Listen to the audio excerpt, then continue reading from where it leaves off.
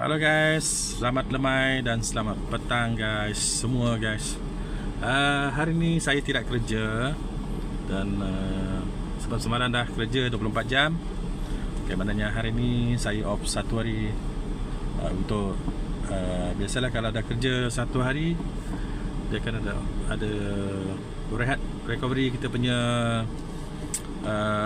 kesihatan, kita recovery kita punya tenaga.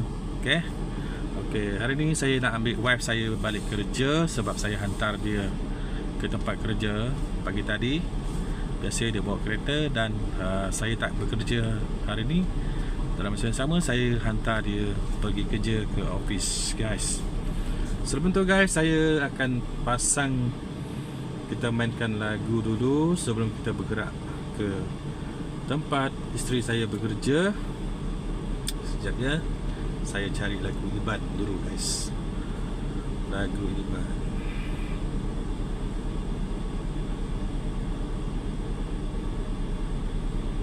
Saya minat lagu Gilbert Gaung.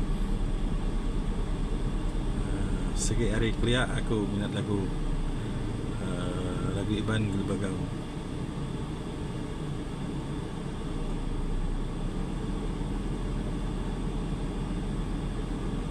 Kejap guys, ingat lagu dulu.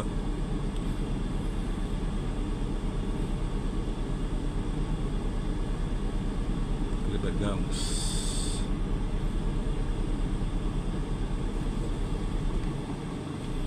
Harap-harap ada lagu Gilbert Gaung. Alright. Lagu yang saya paling suka adalah lagu Gilbert Gaung, ianya Nada Reta. Okay.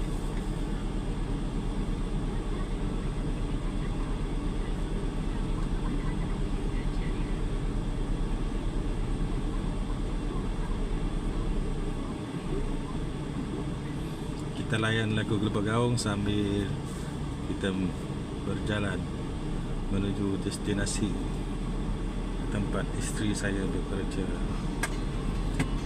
Okay, kita record sikit. Okay guys, kita bergerak.